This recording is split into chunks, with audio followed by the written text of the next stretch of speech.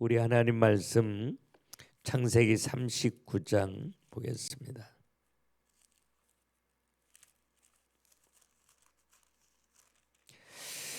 창세기 39장 19절부터 마지막 절까지 봅니다. 그의 주인이 자기 아내가 자기에게 이르기를 당신의 종이 내게 이같이 행하였다 하는 말을 듣고 심히 노한지라. 이에 요셉의 주인이 그를 잡아 옥에 가두니 그 옥은 왕의 제소를 가두는 곳이었더라.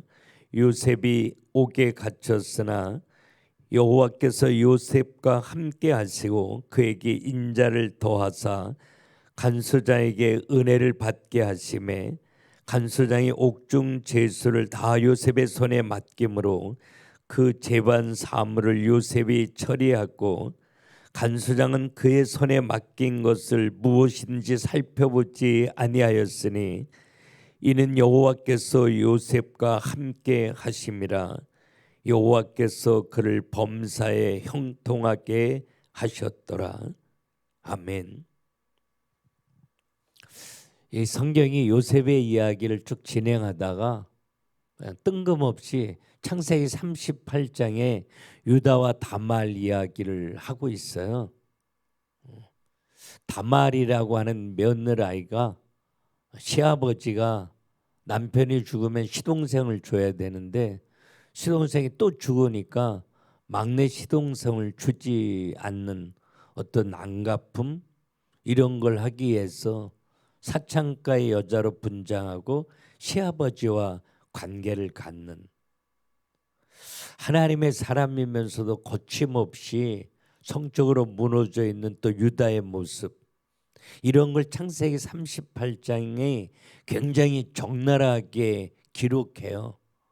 요셉의 이야기를 하다가 창세기 38장에 유다와 다말 이야기를 이렇게 끼워 넣는 걸 보면 요셉이 살았던 시대가 이렇게 성적으로 타락한 시대였음을 성경은 말하고 싶은 거죠. 그러니까 우리가 계시록 공부하면서 그 계시록에 쓰여질 때 로마가 정말 성적으로 너무 많이 무너져 있기 때문에 정식으로 결혼해서 자기 부인이 아내를 낳으면 이게 일주일 동안은 이게 정말 내 아들 맞아? 이렇게 확인을 해야만 되는. 왜냐하면 너무 많이 성적으로 무너져 있기 때문에. 그래서 내 아들 아니야 그러면 이거 죽여버리는. 그러니까 순결한 여자가 없었다는 이야기죠. 그러니까 할 수 없이 순결한 여자를 선택하기 위해서 유대인 가운데 며느리를 받게 되면서 로마의 고위 관리들이 거의 유대인들의 며느리를 얻다 보니까 이 한 100년 정도 지나니까 이 믿음이 있는 유대인들이 아이를 낳아 믿음으로 자기 자녀를 양육하고 세워지다 보니까 로마가 복음화된 거죠. 이렇게 성적으로 타락한 시대에 요셉의 성적 이야기를 하고 싶었던 거예요. 보디발이라고 하는 사람, 너무 멋진 사람이 요셉을 사랑해 주었는데 보디발 아내가 요셉이 얼마나 멋있게 생겼는지 계속 하룻밤 자자고 유혹하잖아요. 주인이 내 아내만 손대지 말고 너 다 네 맘대로 해라. 너무 잘해줬거든요.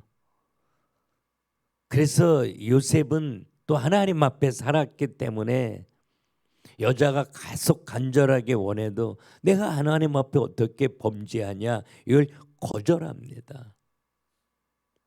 이렇게 믿음을 가지고 하나님 앞에 거룩하게 흠없이 살려고 발버둥 치면 우리가 기대하는 거 있잖아요. 하나님이 나 더 많이 사랑해 주실 거야.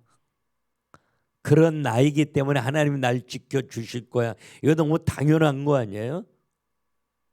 그런데 이게 억울하게 보디발 아내가 막 옷을 붙잡고 놔주지 않으니까 그냥 너무 당황해서 옷을 벗어 던지고 요셉이 도망가잖아요. 그랬더니 보디발 아내가 어떤 수치감을 느꼈겠죠.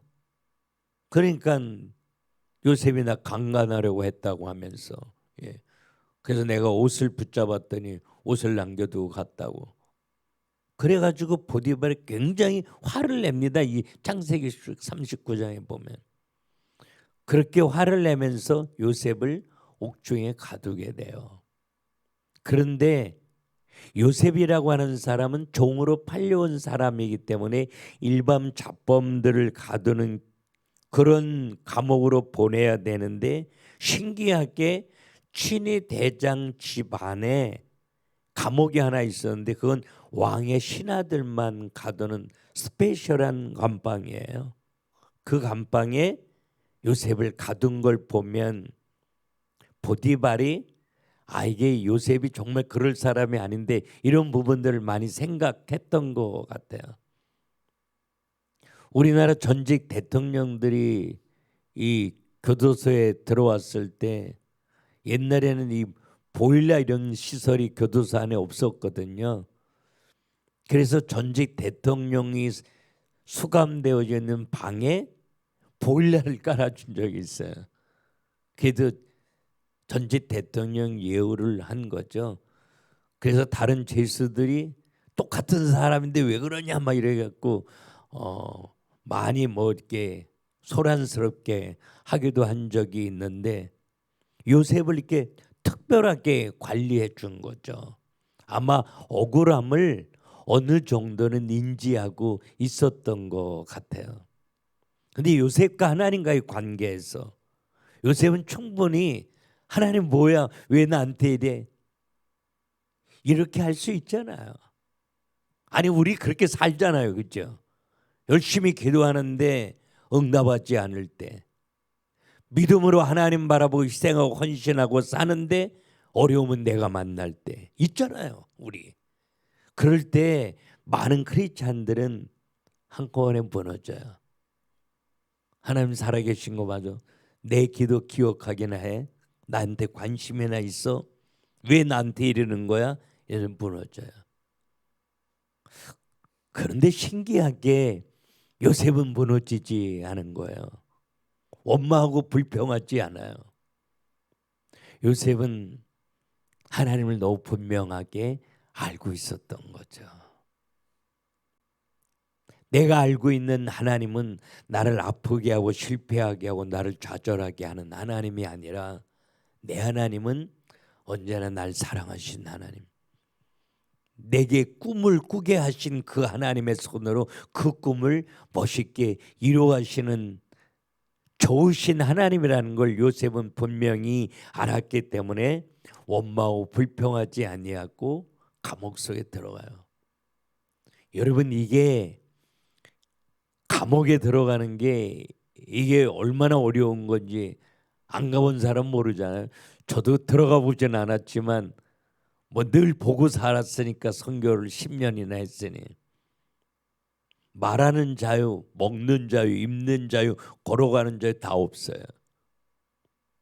그냥 내가 저 친구 만나고 싶어도 혼자 걸어가도 그게 걸리니까. 독보라고, 독보를 못하게 혼자는 걸어가면 안 돼. 그러니까 이게 이름을 불러주지 않아요. 왜냐하면 인격을 다 무너진 거죠. 그래서 이 감옥 생활이 얼마나 어렵고 힘든 건지 잘 모르는데, 이 깊은 감옥에 갇혀서 절망 가운데 살아야 되는데 요셉은 하나님 원망하고 불평하지 않고 하나님이 일하심을 기대해요.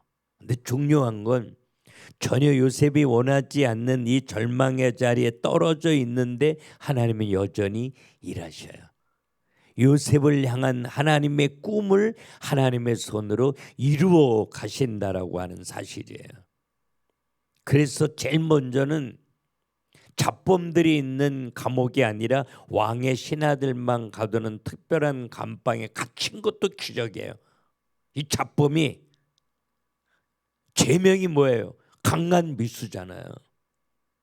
여기 있어서는 안 될 사람인데 여기 있게 하시는 하나님 있죠.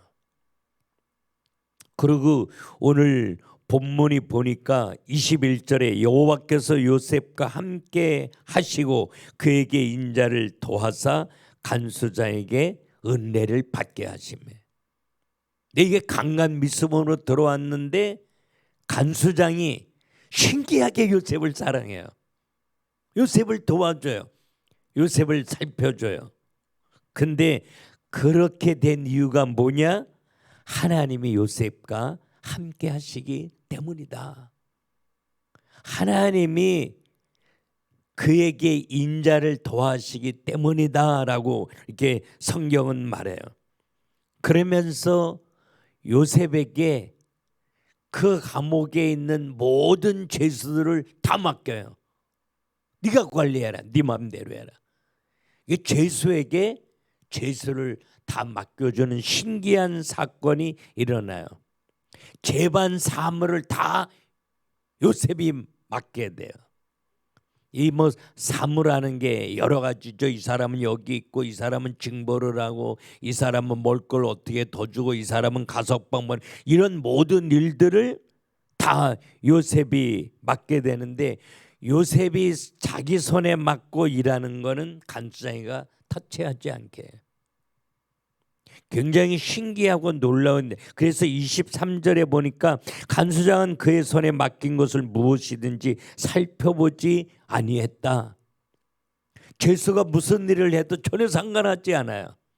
그냥 요셉이 하고 싶은 거 다 하는 거예요. 그런데 그건 여호와께서 요셉과 함께 하심이었더라. 정말 절망의 자리에, 내가 원하지 않는 자리에 내가 있게 됐는데, 이 자리에 있게 된 건 우연이 아니라 하나님의 인도하심이었다는 거예요. 그래서 하나님이 그 자리에 함께 계셔서 여전히 하나님의 꿈과 계획을 이루어가시는, 여전히 일하시는 살아계신 하나님의 모습을 오늘 본문을 통해서 우리가 살펴볼 수 있는데, 정말 무너진 것 같은 그 자리에 범사에 형통하게 하셨다, 이렇게 성경은 말해요.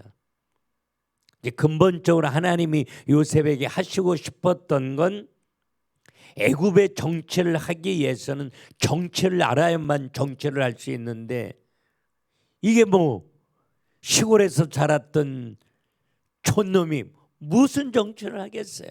어린 나이에 애굽으로 팔려와서 정치할 수 없어요. 그래서 왕의 신하들과 가깝게 교제하면서 애굽을 잘 정치할 수 있는 정치를 공부하게 하기 위해서 하나님이 멀쩡하게 있는 요셉을 여기다가 갖다 놓으시고, 간수장의 마음을 움직이시고, 이 감옥 안에서 모든 일들을 마음껏 할 수 있도록 역사하신 그 살아계신 하나님, 세밀하게 요셉을 다루시고 살피시고, 환난 가운데서도 여전히 그 꿈을 성취하기 위해서 일하시는 그 좋으신 하나님이 오늘 나에게도 동일하게 이런 방법으로 다루실 수 있다는 거예요. 우리가 이해할 수 없는 이 방법. 그래서 우리 가끔씩 하나님 이해가 안 돼요. 내가 원하지 않는 전혀 다른 결과를 나에게 가져다 주실 수 있어요. 그러나 그것도 나를 향한 하나님의 사랑인 줄로 믿고, 그 가운데서 여전히 하나님의 전능하신 손으로 일하시는 줄로 믿고, 나의 연약함을 아시고 나를 향한 하나님의 꿈을 하나님의 손으로 이루어 가시는 과정인 줄로 믿고, 딴 거 바라보지 말고 여전히 나와 함께 계셔서 역사하시는 살아계신 하나님 바라보며 승리하게 하옵소서. 그렇게 소원하며 기도하는 여러분 될 수 있기를 주님의 이름으로 축원합니다. 기도합시다. 하나님, 우리 여러 가지로 아프고 힘든 문제들 많이 있습니다. 우리 하나님 사랑하는데 또 주의 사명 감당하며 살기를 원하는데, 이 복음 전하는 일에 헌신하며 살기를 원하는데, 우리가 원하지 않는 실패, 좌절, 혼돈 속에 하나님이 우리를 세워놓으실 때 우리 너무 무기력하고 불신앙이 있고 좌절하고 원망할 때 많이 있었습니다. 그러나 요셉처럼 그 자리에서 하나님 바라보고 이 복음 가지고 일어나기를 원합니다. 아픔 가운데 실패 가운데 여전히 일하시는 하나님을 기대하며 감사로 깨어 기도하기를 원합니다. 이 새벽에 우리에게 믿음을 더하여 주시고 우리 머리에 기름 부어 주시고 요셉처럼 하나님 신뢰하며 하나님과 함께 꿈을 꾸고 걸어가는 하나님의 자녀들이 다 되게 하여 주옵소서. 예수님의 이름으로 기도 올리옵나이다. 아멘. 우리 이 시간에 다 같이 눈을 감고 기도하겠습니다. 하나님이 내가 원하지 않는 아프고 힘든 방법으로 나를 다루실지라도 그 자리에서 여전히 날 위하여 일하시는 하나님 바라보고 그 하나님 신뢰하고 믿음으로 깨어 기도할 수 있도록 하나님 내 눈을 열으시고 우리 머리에 기름 부어 주시고 요셉의 길에 형통케 하셨던 그 손으로 우리에게도 역사해 달라고 우리 다 같이 묵상하며 기도하겠습니다.